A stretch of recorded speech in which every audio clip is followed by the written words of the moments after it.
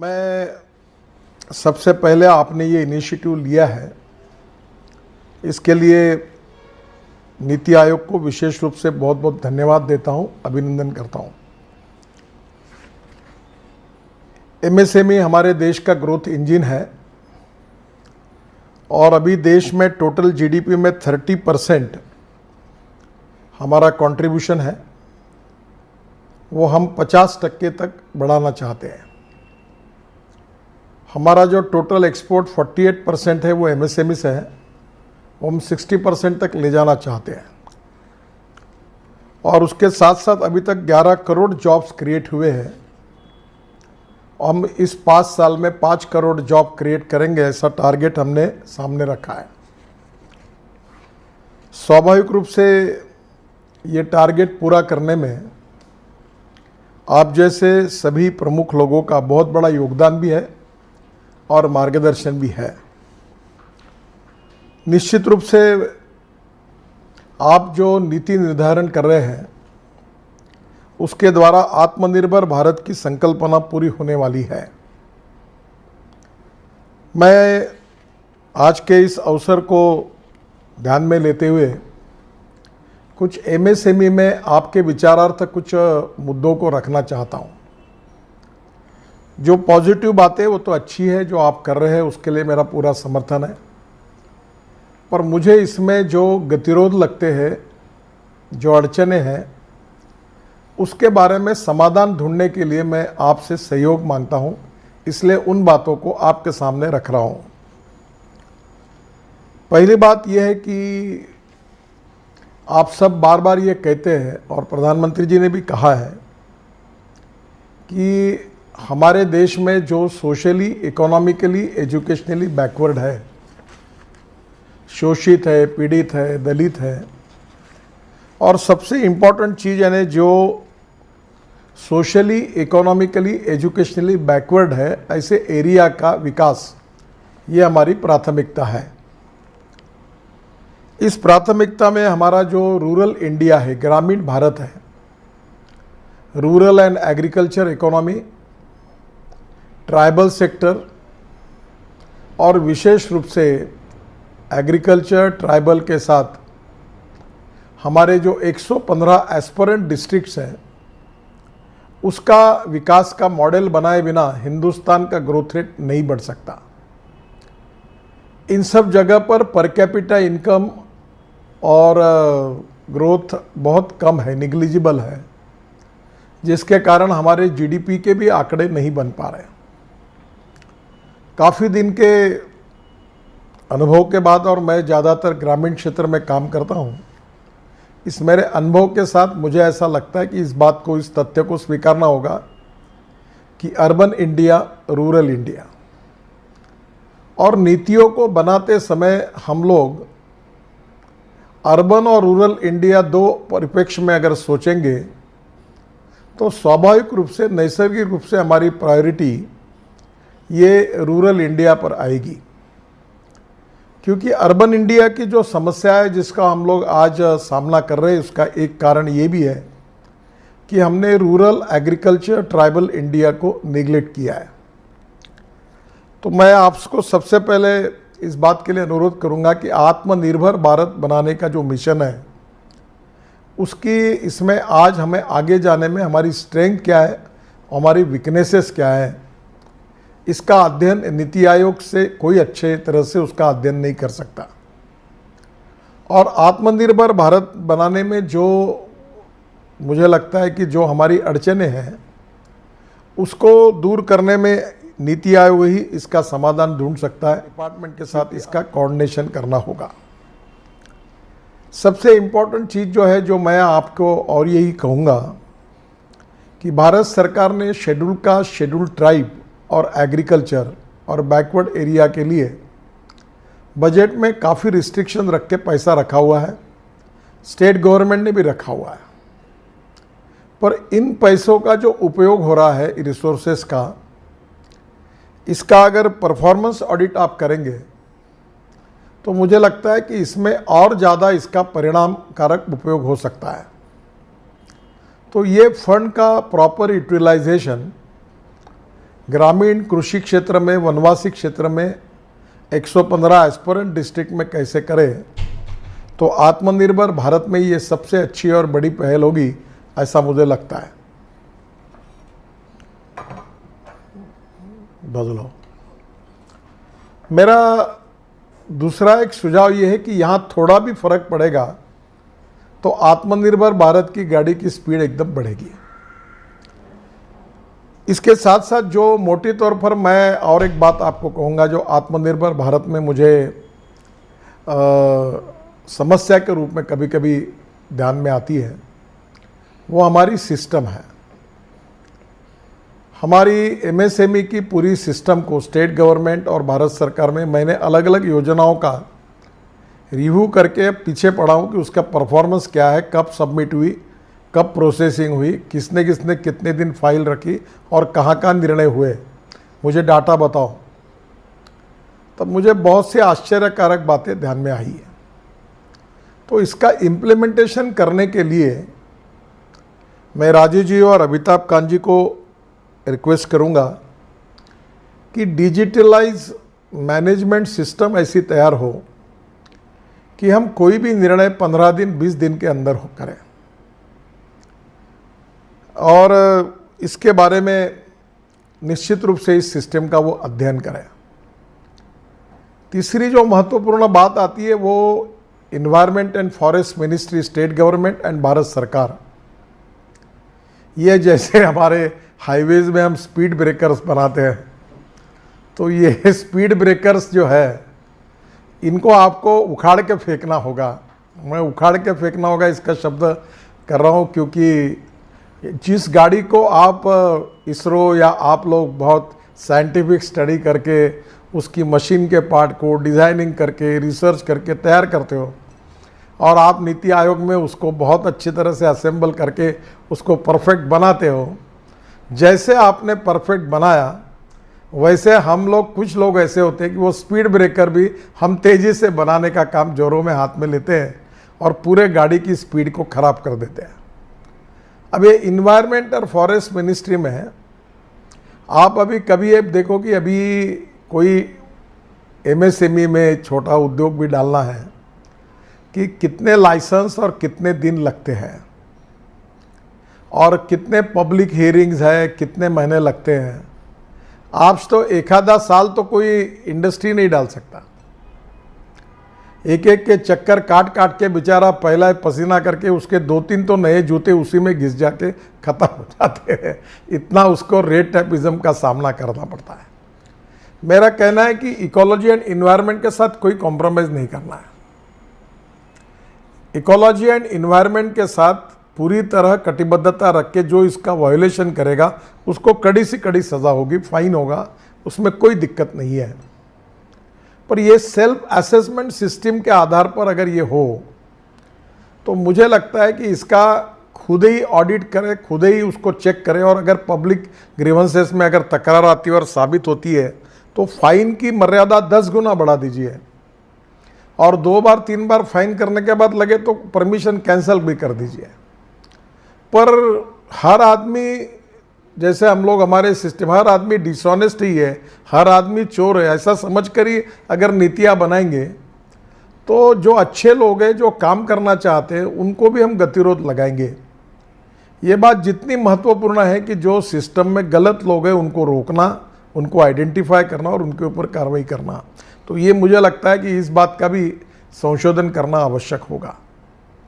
तीसरी जो बात मैं आपके सामने रखूँगा, जो प्रधानमंत्री जी ने कही और आपने लिखी, वो बहुत ही एप्रोप्रिएट है कि science should help to solve the socio economic problems of common people, extend, bracket में लिखा है, scientific research from labs to the land. तो पहली बात तो मैं आपको, डॉक्टर सारस्वत साहब भी थे, अभी इसरो के लोग भी बैठे हैं, आपके कितने रिसर्च जो है वो कितने पब्लिक में पहुँचे हैं। नीरी हमारे यहाँ काम करती है, बहुत सी गवर्नमेंट की ऑर्गेनाइजेशन है। आप केवल एक बार वेरीफाई कर लीजिए कि इनके रिसर्च एक्सेसिबल है क्या। जिनको एक्सेसिबल है उनको परमिशन देने में, उनको मदद करने में, पॉजिटिव रोल में इनकी कितने दिक्कतें हैं। उनमें कौन से एग्जिस्टिंग रूल्स एंड रेगुलेशन है जिसके कारण ये मदद कर सकते हैं, नहीं कर सकते हैं। एक बार इसका इवैल्यूएशन आप करिए। मेरे ध्यान में ये आया कि इन संस्थाओं से उस रिसर्च को लेना और प्रैक्टिकल लेवल कर उसको पूरा करना, इसमें काफ़ी गैप्स हैं। और इसलिए मैं ये आपको कहूँगा कि हमारी सभी गवर्नमेंट की रिसर्च इंस्टीट्यूट, कभी रिसर्च ऑर्गेनाइजेशंस अलग अलग फील्ड की, इनके टोटल रिसर्च जो है, जो प्रधानमंत्री जी ने अपेक्षा व्यक्त की है, क्या वो रिसर्च छोटे गरीब सोशली इकोनॉमिकली एजुकेशनली बैकवर्ड लोगों तक आसानी से पहुंच सकते हैं क्या? इसमें स्टार्टअप जो आपका अटल मिशन है बहुत अच्छा काम कर रहा है। मैं पहली बात तो आपके काम को अप्रिशिएट करता हूं। मैं कोई टीका टिप्पणी या निगेटिव बात नहीं कह रहा हूं, पर मैं अपने आत्मपरीक्षण में मेरे डिपार्टमेंट की जो दिक्कतें आती है जिससे मेरी स्पीड बढ़ सकती है, वो बातें आपके विचारार्थ रखना चाहता हूं। तो पहली बात, इसको भी आप जरूर एक बार वेरीफाई करिए। तीसरी महत्वपूर्ण बात है फाइनेंस की। हम सब बातों के नाटक कर सकते हैं, पैसे का नाटक नहीं हो सकता है।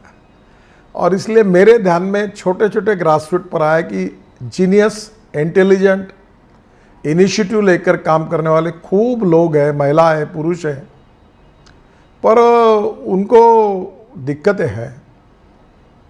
पैसे वाले को पैसा आसानी से मिलता है, पर जिसके पास टैलेंट है, इनोवेशन है, रिसर्च है, एबिलिटी है, कैपेबिलिटी है, उसको कोई पैसा आसानी से मिलता नहीं है। और आज बैंकों के इसमें जाकर पैसा लेना, या आपको भी पता है कि इस समय कितनी उस प्रकार की अड़चनें, जो आज का विषय नहीं है। तो फाइनेंशियल कैपिटल लेजिटिमेट, जुनाइन और कॉम्पिटेंट लोगों को, स्टार्टअप को आसानी से कैसे मिले, इसकी सिस्टम को भी आपने इतना डिजिटलाइजेशन में काम किया है कि राघवन साहब को मैं कहूँगा कि ईज़ ऑफ बिजनेस बार बार प्रधानमंत्री जी कह रहे हैं, तो ये टोटल सिस्टम को आप कैसे करें। मैं टीका टिप्पणी नहीं करता, पर वो मैं अभी ये वीडियो कॉन्फ्रेंसिंग करता हूँ तो एक दिन मेरे कार्यक्रम का इतने बार खराबा एनआईसी ने किया, तो मैंने हमारे सेक्रेटरी को कहा कि आइंदा कभी एनआईसी को काम दोगे तो याद रखना आप। ताकि मैं गुस्सा हो गया, क्योंकि हर कार्यक्रम में वो अपना प्रभाव रख के ही जाते थे। अब मुझे नहीं समझ में आता कि इतने बड़े साइंटिस्ट और है, और सब बातें होने के बाद जो बात अगर प्राइवेट कर सकते हैं बाकी लोग, तो हम क्यों नहीं कर सकते। तो मुझे लगता है ये एक इम्पॉर्टेंट चीज़ है। तीसरी बात, मेरे डिपार्टमेंट के अनुभव के आधार पर मैं एनएचआई में कह रहा हूँ। एक तो पहला नीति आयोग का मैं धन्यवाद दूंगा कि उनके सहयोग से मैंने टनल में एक काम लिया था, जोजिला टनल के लिए। और मैं जब मेरे पास फाइल आई थी तो उसकी कीमत बढ़ाने के लिए मुझे अनुमति मांगने के लिए आई थी, जो मैंने रिजेक्ट की, और वो कीमत 11 साढ़े 11 हज़ार करोड़ तक जा रही थी। तो मैंने कहा ये टनल तो हमको करना ही नहीं, इतने पैसे में नहीं होगी। और फिर नीति आयोग के सहयोग से भी हमने, और हमारे एसोसिएम के साथ, पीएचडी चैम्बर एसोसिएम के साथ ओबेरा होटल में स्टेक होल्डर की कॉन्फ्रेंस ली थी, जो टनल का काम करते हैं, डिज़ाइनिंग करते हैं। और टेक्निकल और फाइनेंशियल क्वालिफिकेशंस मैंने ध्यान में लेकर वो बदल दी है। उसमें काफ़ी इंटरेस्ट लिया और एक्सपर्ट लोगों की भी सलाह ली, और काफ़ी वर्क हुआ आप सबके सहयोग से। और मुझे बताते हुए आपको खुशी हो रही है कि जोजिला टनल का जो टेंडर हमने रिसीव किया है, उसमें हमने 4,500 करोड़ एक ही टेंडर पर बचा लिए हैं। 4,500 crore. And that is only because of कि हमने इसके पीछे पड़कर उसको, और क्वालिटी के साथ कोई कॉम्प्रोमाइज़ नहीं किया है। अभी हमने केवल टेक्निकल क्वालिफिकेशन, जैसे ब्लेसिंग इन डिस्गाइज हुआ कि ये जब चाइनीज़ कंपनी के विषय निकले तो हमने हमारे टेक्निकल क्वालिफिकेशन सुधरे। तो कल मैं हमारे सेक्रेटरी और चेयरमैन को, मेरे से रहा नहीं गया, तो मैंने उनको कहा कि आप टेक्निकल क्वालिफिकेशन जो बनते हैं, मैं किसी पर चार्ज नहीं लगाता हूँ, इस देश के बड़े लोगों को वही काम करे, दूसरे कोई कंपटीशन में नहीं आए, ऐसे लिए ही आप बनाते हो क्या, इससे से आता है। तो मैंने कहा कि आपने जिसको क्वालिफाई किया है उसको मैं बेस्ट अवार्ड का बख्शिश देता हूँ। तो ये क्या दिक्कत है? और हमने उसको डाइल्यूट किए।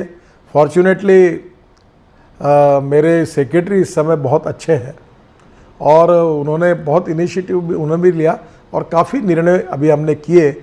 आपको अभी एक ब्रिज हमने गंगा पर बनाया, उसमें हमारा 25% लोअर जाकर एक देश के बेस्ट ब्रिज कॉन्ट्रैक्टर ने लिया। देखिए, यही मैं क्यों आपको कह रहा हूँ कि दीज आर द स्मॉल चीज़। अभी आप एक एक फील्ड का, आप एग्रीकल्चर की बात कर रहे हैं, मैं अब रोड कंस्ट्रक्शन की बात करता हूँ। मैंने कल एक सीमेंट मैन्युफैक्चरर को कहा कि मैं 1 लाख करोड़ का सीमेंट एक साल में NHAI में रोड के लिए आपसे खरीदी करता हूँ। कंक्रीट के रोड मुझे बनाना है। और मैं आग्रह करता था, पर तुमने कार्टेल बनाकर सरकार को लूटने की कोशिश की, इसलिए मैंने अब कंक्रीट रोड का आग्रह करना छोड़ दिया और तुम्हारा बिजनेस चला गया और मैं तुम्हारी कोई बाजू नहीं लूँगा, क्योंकि तुम्हारी आदत से तुम बेकार हो, मजबूर हो, और इसलिए मैं आपको मदद नहीं करूँगा। तब मैंने उनको कहा कि आप एक काम करिए कि आप अगर मुझे, तो मैं 1 लाख करोड़ का सीमेंट एक साल में लेने के लिए तैयार हूँ। 30 से 40 हज़ार करोड़ का रेडी मिक्स कंक्रीट खरीदने के लिए तैयार हूँ, और आप और मैं मिलकर हम स्टैंडर्डाइज डिज़ाइन करते हैं। आपके फैक्ट्री में आप टोटली प्री कास्ट में स्टैंडर्ड डिज़ाइंस के रोड के जो बीम्स बनाने के हैं वो करिए। और अभी आपको बताते हुए खुशी हो रही कि मलेशिया से हमने एक टेक्नोलॉजी अप्रूव की। रवि सिन्हा करके जो IIT के मुंबई के सिविल इंजीनियरिंग डिपार्टमेंट के इंचार्ज थे, उनके अध्यक्षता एक कमेटी को मैंने मलेशिया भेजा था, और उन्होंने प्रीकास्ट में स्टील के बजाय स्टील फाइबर यूज़ किए, और उसके कारण 2 पिलर के बीच में अब 100 मीटर बीच में पिलर की ज़रूरत नहीं है। तो हमारे ब्रिज की कॉस्ट 30% कम हो सकती है, यानी हम कम से कम साल में 25 से 30 हज़ार करोड़ बचा सकते हैं। इतने ब्रिजेस हम बना रहे हैं केवल टेक्नोलॉजी का उपयोग करके।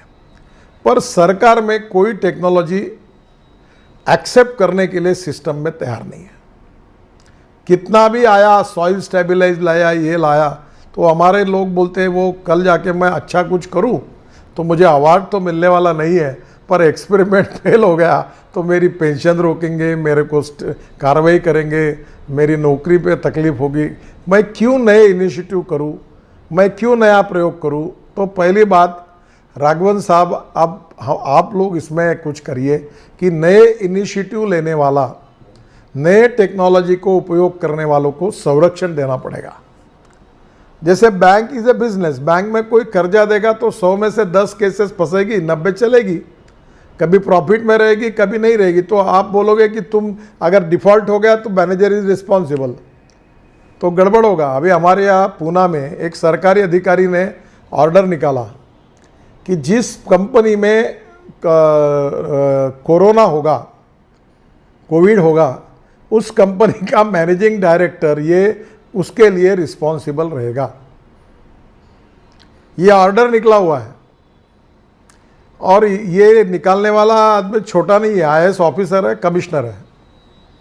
जब लोग भी आपके फिर ऐसा ही है, तो पुलिस कमिश्नर ऑफिस में 400 पुलिस वालों को कोविड हुआ है, तो आप पुलिस कमिश्नर पर क्या कार्रवाई करोगे? कलेक्टर के ऑफिस में इतने हुए, उसके ऊपर क्या कार्रवाई करोगे? तो there is a difference between letter and spirit. Using of new initiative, startup, new technology, इसके बारे में पॉजिटिविटी, कॉन्फिडेंस और प्रयोगशीलता के लिए रिस्क लेने की तैयारी का माहौल बनाने के लिए आई डोंट नो, इसको कायदा सुधारना पड़ेगा या मोरल सपोर्ट करना पड़ेगा।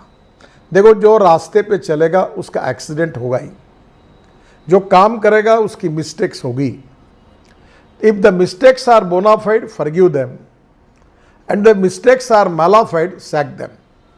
पर आप बोनाफाइड मिस्टेक्स के लिए लोगों के करियर खराब करेंगे तो कॉन्फिडेंस लेवल कम हो जाएगी। तो टेक्नोलॉजी का उपयोग करने में सरकारी इसमें बहुत दिक्कतें आ रही है। मेरे जैसे व्यक्ति को एक एक टेक्नोलॉजी को इम्प्लीमेंट करने के लिए बहुत प्रेशर, तकलीफ देनी पड़ती है, तब मैं दबाव डाल डाल के करता हूँ, फिर कहता हूँ आपको प्रोटेक्ट करूँगा, तब थोड़े होता है। तो ये स्थिति अगर होगी तो बाकी जगह पर ये स्थिति को बदलने में आप लोग क्या कर सकते हैं, ये भी थोड़ा देखिए। एक जो मैं तो आज मेरी ही दिक्कतें आपके सामने रख रहा हूँ, इसका मुझे संकोच हो रहा है, पर मैं आपके जैसा अच्छा प्लेटफॉर्म नहीं है, क्योंकि आप लोगों पर मेरा ये कि आपको अगर समस्या मिलेगी तो आप उसका निश्चित रूप से सॉल्यूशन और समाधान निकाल सकते हो। दूसरी बात जो आपने अभी एग्रीकल्चर डिपार्टमेंट में कही, अभी देश में 3 साल हमको है इतना चावल पड़ा हुआ है, और चावल पड़ा, ये केस स्टडी लगे तो राजीव कुमार जी आप कर ले। प्रधानमंत्री जी ने कहा 4 बार कि सैनिटाइजर क्यों नहीं बनता चावल से, तो चावल से बनता है, क्योंकि चावल से अब इथेनॉल बनाने की भी हमने अनुमति दी है, और इथेनॉल में अभी फ्लेक्स इंजन लाकर पेट्रोल और इथेनॉल, ये मैं लगातार कोशिश लगाऊं कि इथेनॉल के पंप भी खड़े होंगे, क्योंकि भारत सरकार ने 250 करोड़ की जिसकी वर्थ है उसको पेट्रोल पंप डालने की अनुमति देने की नीति बनाई है, और पर उसको कंडीशन है कि पेट्रोल पंप पर उसको अल्टरनेटिव फ्यूल या इलेक्ट्रिक चार्जिंग स्टेशन करना होगा। तो अब स्वाभाविक रूप से ये राइस टू इथेनॉल की इकोनॉमी ये कम से कम 40,000 करोड़ की रूरल एग्रीकल्चर सेक्टर में हो सकती है। अभी पंजाब सरकार ने चावल बेचने के लिए निकाला है सड़ा हुआ, उसका रेट मिनिमम 6.5 रुपये किलो है। हमारी एमएसपी हम बढ़ानी चाहिए, मजबूरी है, तो नीति आयोग भी जानती है, पर हमारी एमएसपी इंटरनेशनल प्राइस और मार्केट प्राइस से ज़्यादा है। तो अब लगभग शुगर में भी वही हुआ, चावल में भी हुआ, गेहूं में हुआ, सब में हो रहा है। तो ये सब सरकार कहाँ खरीदी करेगी और कहाँ रखेगी? और अगर खरीदी करके रखेगी तो हमारे पास गोडाउन में अब चावल रखने के लिए जगह नहीं है, गेहूं के लिए जगह नहीं। हरियाणा सरकार ने डिक्लेयर किया है कि आप चावल नहीं लगाओगे तो आपको इंसेंटिव मिलेगा। अब मेरे आपसे अनुरोध है कि जो प्रॉब्लम है उसका समाधान ढूंढना, जो समस्या है उसका उपाय ढूंढना, जो सरप्लस है उसमें से टेक्नोलॉजी और इनोवेशन लाकर उसको वैल्यू एडिशन करना और रोजगार निर्माण करना, that is to be a priority for country. और ये आत्मनिर्भर भारत में आवश्यक है। पर मैं अब कोशिश कर रहा हूँ, पर अभी भी राइस से इथेनॉल बनाने की एक भी फैक्ट्री शुरू नहीं हो पाई। अब ये पूरा राइस का कन्वर्शन इथेनॉल में होगा तो पेट्रोल, हमारा क्रूड ऑयल का इंपोर्ट कम होगा, पोल्यूशन कम होगा, क्योंकि ग्रीन फ्यूल है। इस प्रकार के करीब मैंने 50 एक सेक्टर देखे हैं। अभी आपको एक बहुत अच्छा इफेक्ट बता रहा हूँ। ऑटोमोबाइल इंडस्ट्री वालों के साथ बातचीत हुई तो एक ध्यान में आया कि एमएसएमई में जो ऑटोमोबाइल स्पेयर पार्ट्स में काम करते हैं, अब ये टोटल इंडस्ट्री है 4,85,000 करोड़ की, और इनका एक्सपोर्ट है 1,45,000 करोड़ का। और आज एकदम ध्यान में आया कि जो बाहर से जो स्पेयर पार्ट्स जो इंपोर्ट करते थे, ये आज के माहौल में उन्होंने इंडिया में लेना शुरू कर दिया, तो नेचुरली इसका इम्पैक्ट बहुत बड़ा आया। तो अब वो काफ़ी एमएसएमई को फ़ायदा हुआ। अभी प्रधानमंत्री जी ने एक कल्पना निकाली, मुझे बहुत आश्चर्य लगा कि टॉयज़ की कल्पना उन्होंने कही। अब टॉयज़ इंडस्ट्री 10,000 करोड़ की बन सकती है। अब हमारे टेक्नोलॉजी सेंटर जो है, इसमें हमने नीति बनाई थी। पुराने मेरे सचिव बहुत आग्रही थे एमएसएमई में, वो बोलते थे ये मंजूर हुआ, हो जाने दो 20 सेंटर, एक सेंटर पे 250-300 करोड़ खर्चा कर रहे थे। तो मैंने उनको कहा कि आप क्यों करते हो? आप देश की इंडस्ट्री को, आईआईटी को, इंजीनियरिंग कॉलेज को, पॉलिटेक्निक कॉलेज को और इंडस्ट्री को कहो कि तुम technology training skilled and research centre खोलो। बिल्डिंग और लैंड आपकी होगी, इंफ्रास्ट्रक्चर आपका होगा, जितनी मशीन आपको लगेगी वो सरकार ग्रांट में रूप में देगी। अगर इस आधार पर स्कीम बनाओगे तो 20 के जगह हम 200 टेक्नोलॉजी सेंटर खोल सकते हैं, ताकि रिसर्च करने के लिए। और मैं ये मानता हूँ कि गवर्नमेंट की इंस्टीट्यूशन अच्छी है, पर गवर्नमेंट से प्राइवेट में और अच्छा उसमें हो सकता है research, product development and designing. तो टेक्नोलॉजी सेंटर्स में research, training, skilled, product designing और उसकी क्वालिटी, इसमें हम लोग हजारों सेंटर्स खोलने चाहिए, इसी देश की आवश्यकता है।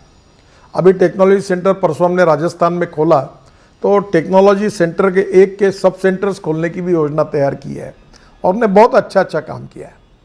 तो मैं आज आपको यही कहूँगा कि ये जो मिशन है, जो उद्दिष्ट आपने रखा है, वो बिल्कुल सही है। मैं जो बात आपने सोची वो एकदम सही है। जो मिनिस्ट्री का आपने जो सामने रखा हुआ है, वो मुझे लगता है उसकी व्याप्ति थोड़ी सी लोगों पर भी छोड़ देनी चाहिए। जो bank of ideas, innovation and research, ये हमारी कल्पना है, उसमें पब्लिक से हम लोग अलग अलग प्रकार की आइडियाज़ ले, अलग अलग डिपार्टमेंट की, और फिर उनको सपोर्ट करें। तो जैसे मेरे पास ही हर डिपार्टमेंट की अलग आइडिया, जैसे परसों मैं आपको कह रहा हूँ कि मैं फूड अपने मिनिस्टर जो है प्रोसेसिंग, उनके साथ हमारी कॉन्फ्रेंस हुई, उनने आग्रह से मुझे बुलाया था। तो मैंने रेलवे को पूछा कि हम लोग कंटेनर में जो सब्जियां लेके जाते फ्रूट वेजिटेबल, तो वो कंटेनर जो ट्रक पे रखते हैं, तो ट्रक में अरेंजमेंट है कि उसको इलेक्ट्रिक देकर, पावर देकर हम उसका ये मेंटेन करते हैं टेम्परेचर। तो रेलवे में आपने एसी कोच बनाया 2 टायर और 3 टायर, पर रेलवे के रैक में 40 फ्रूट वेजिटेबल के कंटेनर को वही सिस्टम से जिसने आपने आपके डब्बों को एसी किया, AC first class, AC 2 tyre 3 tyre, उसी से आप कंटेनर को पावर देकर वो क्यों नहीं ठंडा बना सकते हैं। तो उन्होंने कहा हमने अभी तक इस पे सोचा ही नहीं। मैंने बोला सब लोग ट्रक पे लेकर माल जा रहा है, एक एक कंटेनर पोर्ट पे, अगर आप ये करोगे तो नासिक से 40 कंटेनर की ट्रेन पोर्ट में जाएगी, तो लॉजिस्टिक कॉस्ट कम होगी। अब मैंने उनको एक सुझाव दिया था कि रेलवे के साथ मिलकर, अब नासिक में प्याज है, तो नासिक में जैसे अभी पैसेंजर ट्रेन निकलती है, एक ट्रेन प्याज की जाएगी गुवाहाटी में, एक ट्रेन जाएगी बेंगलोर में, एक ट्रेन जाएगी दिल्ली में, एक ट्रेन जाएगी चंडीगढ़ में। इस प्रकार से उसका टाइम टेबल वो प्लान होगा, लोग अपना बुक करेंगे, अब लोगों के बजाय माल अपना रखेंगे, वहाँ जाकर बेच देंगे। तो ग्रेप की, अभी हमारे नागपुर में ऑरेंजेस है, तो मैं कम से कम 100 ट्रेन ऑरेंज के सीज़न में नागपुर से अलग अलग जगह पर जाएगी, तो हमारे किसानों को अच्छा मार्केट मिलेगा। पर वो ट्रेन अब ये करने के लिए कभी किसी ने सोचा ही नहीं है। इसमें प्राइवेट सेक्टर को लाना चाहिए और इसमें एकदम अच्छा होगा। मैं आपको एक अनुभव बताता हूँ कि मैं स्वीडन गया था 5-6 महीने पहले, तो मैं नागपुर के संतरे लेकर, कोई उसका एक्सपोर्ट नहीं होता, वो बिटरनेस है, खट्टा है, ऐसा कहकर वो टेबल फ्रूट करके अच्छा है तो कोई लिए नहीं। तो मैं दुबई उतरा और मैंने होटल में दुबई के जो बड़े बड़े स्टोर के कम से कम 15-20 लोगों को बुलाया चाय के लिए, और मैंने अपने लिए हुए संतरे लेकर चाय भी पिला और एक एक संतरा उनको दिया। 2-2 संतरे उन्होंने खाए और फिर मुझे कहा कि तो बहुत अच्छे हैं। अब मैंने उनसे 50 कंटेनर का ऑर्डर लाया। अब मैं नागपुर के संतरे इस बार दुबई को एक्सपोर्ट कर रहा हूँ। अब अभी एक अच्छी हुई कि यहाँ नोगा करके एक कंपनी है, नागपुर ऑरेंज ग्रोवर एसोसिएशन। अब कभी मैं राजीव कुमार जी दिल्ली आऊँगा तो आपके लिए जाम लेके आऊँगा। उन्होंने क्या किया है कि जाम में संतरे का साल डाला और एक साल उसके ऊपर डालकर इतना टेस्टी संतरे का जाम बनाया, मैं आपको दूंगा तो आपने कभी खाया नहीं होगा, इतना अच्छा है। अब उसका एक्सपोर्ट मार्केट है, पर बेचारी कंपनी सरकार की है, महाराष्ट्र सरकार की, बंद होने के कगार पर है। अब मैंने कहा तुम मेरे को तुम्हारा जाम दे दो, मैं तुमको मार्केट करके मदद करता हूँ। प्रॉब्लम ये है कि there are thousands of lakhs of genius intelligent people जो करना चाहते हैं, करने की ताकत रखते हैं, एबिलिटी रखते हैं, पर हमारे एटमॉस्फेयर में, इकोसिस्टम में उनको हेल्प करने की काफ़ी दिक्कतें आती है। और दिक्कतों को आइडेंटिफाई आप भी कर सकते हैं, मैं भी कर सकता हूँ। उनको कम करके इनको प्रोत्साहित करने में ये अच्छे एंटरप्रेन्योर बन सकते हैं। और ये जब तक ऐसे इस प्रकार की एक्सपोर्ट को बढ़ाएंगे, इंपोर्ट को कम करेंगे और इंपोर्ट सब्स्टिट्यूट कॉस्ट इफेक्टिव और पोल्यूशन फ्री हमारी नीति होगी, तो रोजगार का निर्माण होगा। और इसका प्रायोरिटी ग्रामीण, कृषि, agriculture, rural, tribal, socially, economically, educationally backward area, नहीं तो जो अच्छे लोग हैं, धनवान लोग हैं, वही लोग अपने स्कीम का फ़ायदा लेते हैं। जो आखिरी पायदान पर खड़ा है उनके पास योजना नहीं पहुंचती। और जो प्रधानमंत्री जी का स्पिरिट है कि science should help to solve the socio economic problems of common people, this common people means socially, economically, educationally backward, rural, tribal, agriculture. और यहाँ इसमें शेड्यूल ट्राइब मिनिस्ट्री का भी फंड उपयोग करके, एमएसएमई का भी आप हमको मार्गदर्शन करके इसकी पर कैपिटा इनकम और ग्रोथ रेट में कंट्रीब्यूशन बढ़ाने में आपका उपयोग होगा तो बहुत अच्छा होगा। आपके सबके सहयोग से एमएसएमई की डेफिनेशन अब बदल गई है। काफ़ी बड़े प्रमाण पर अलग अलग सेक्टर को हम लोग हेल्प करने की बात कर रहे हैं, पर मैं भी मंत्री करके महसूस करता हूँ कि जो कुछ किया है वो बहुत कम हुआ है। बहुत कुछ करने की आवश्यकता है, जिसके लिए पैसे की ज़रूरत नहीं है, जिसके लिए अप्रोप्रिएट निर्णय, appropriate vision, transparent, time bound, result oriented, digitalize system, fast track decision making process, और इसमें रेड टैबिज्म से मुक्ति। और ये करने पर हिंदुस्तान में काफ़ी स्टार्टअप करने वाले कैपेबल लोग लाइन में खड़े हैं, और आपने ऐसे अनेक लोगों को दिशा दी है, जिसके लिए मैं नीति आयोग को धन्यवाद दूंगा। तो मुझे लगता है अब उन सब लोगों को इनिशिएट करने में आपने ये जो आत्मनिर्भर भारत का अटल न्यू इंडिया चैलेंजेस के इसमें ये जो प्रमोशन का कार्यक्रम लिया है, बहुत अच्छा है। इसकी व्याप्ति मुझे थोड़ा सा दुख है, मुझे माफ़ करिए। आज मैंने अपनी दिक्कतें और प्रॉब्लम आपके सामने ज़्यादातर रखे, पर मैं इस बात को रिकग्नाइज करता हूँ आप सबको कि आप लगातार आत्मनिर्भर भारत की दिशा में, इस देश की उन्नति कैसे हो, इंपोर्ट कैसे कम हो, एक्सपोर्ट कैसे बढ़े, हमारी इकोनॉमी आगे कैसे जाए, नए रोजगार का निर्माण कैसे हो, इस आधार पर आप जो काम कर रहे हैं, तो मैं इसमें आपको मेरे तरफ से बहुत बहुत धन्यवाद दूंगा। और आखिरी का एक ही मुद्दा राजीव जी मुझे आपको कहना है, ये परीक्षा उसी दिन हम पास होंगे जिस दिन हमारा इंपोर्ट कम होगा, हमारा एक्सपोर्ट बढ़ेगा, ग्रोथ रेट बढ़ेगा, और एमएसएमई का भी हमारा जो कंट्रीब्यूशन है वो भी कम से कम टोटल ग्रोथ में ज़्यादा होगा। मुझे याद है मैं पिछले 5 साल में जब शिपिंग, वाटर ट्रांसपोर्ट और रोड मिनिस्ट्री का मंत्री था, तो मुझे जब ये स्टैटिस्टिक में बताया गया कि देश के जीडीपी में 3% कंट्रीब्यूशन मेरे मिनिस्ट्री ने किया है। मैं वाटर रिसोर्सेज का भी उस समय मंत्री था, वो डिपार्टमेंट मेरे पास थे, तो मुझे बहुत तसल्ली हुई कि एग्जैक्टली आत्मनिर्भर भारत करने में ये मेरे डिपार्टमेंट का योगदान हुआ, जो 3% मेरा कंट्रीब्यूशन जीडीपी में हुआ। क्यों नहीं आप लोग तय करके हर मिनिस्ट्री को कहते हो कि तुम इतना कंट्रीब्यूशन करो आत्मनिर्भर भारत को बनाने में, तुम्हारे यहाँ से इतने रिजल्ट निकलने चाहिए। नहीं तो ये रफ का फेयर करने वाले विद्यार्थी बहुत होते हैं, स्कूल में बैठ के रफ में लिखते और घर में आके फेयर करते। ये फुकट के मेहनत से क्या होने वाला है। We need to change some drastic change, revolutionary change, और परफॉर्मेंस ऑडिट और इकोनॉमिक रिजल्ट्स में उसकी परिणामकारकता आएगी। उस दिशा में हम लोग काफ़ी आगे जा रहे हैं। मैं आपको डिस्करेज नहीं करूंगा, आप लोग प्रयास भी कर रहे हैं और काफ़ी आगे जा रहे हैं। इसकी स्पीड और जोरों से बढ़ानी होगी। और जो हमारे जैसे लोग हैं जो देखते ही है, जैसे हमारे यहाँ रोड बनते हैं तो टेलीफोन डिपार्टमेंट और बिजली डिपार्टमेंट पहले देखता है कि रोड कहाँ कहाँ बना है, और जहाँ रोड बना है वहीं वो खोदने का काम शुरू करते हैं। वो जैसे देखते रहते हैं कि रोड बना कि दूसरे दिन खोदने के लिए वो वहाँ आकर तुरंत गड्ढे करके चले जाते हैं। तो ये आपको भी अनुभव मजे, तो मुझे भी है। तो ये जो स्पीड ब्रेकर्स है, इनको उखाड़ के फेंकने में भी आपको आइडेंटिफाई करके इनको निकालना होगा।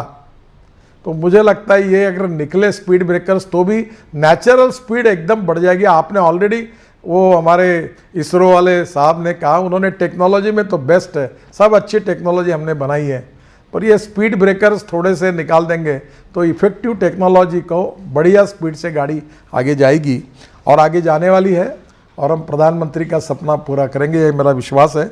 मैं फिर से एक बार आपको बहुत बहुत बधाई देता हूँ और आपको धन्यवाद देता हूँ। और एमएसएमई विभाग का आप सब लोग मिलकर पूरा माइन्यूटली एनालिसिस करिए, हमारी त्रुटियाँ, हमारी कमियाँ बिना संकोच हमें बताइए, हम उसको रेक्टिफाई करने की कोशिश करेंगे। बहुत बहुत धन्यवाद, नमस्कार।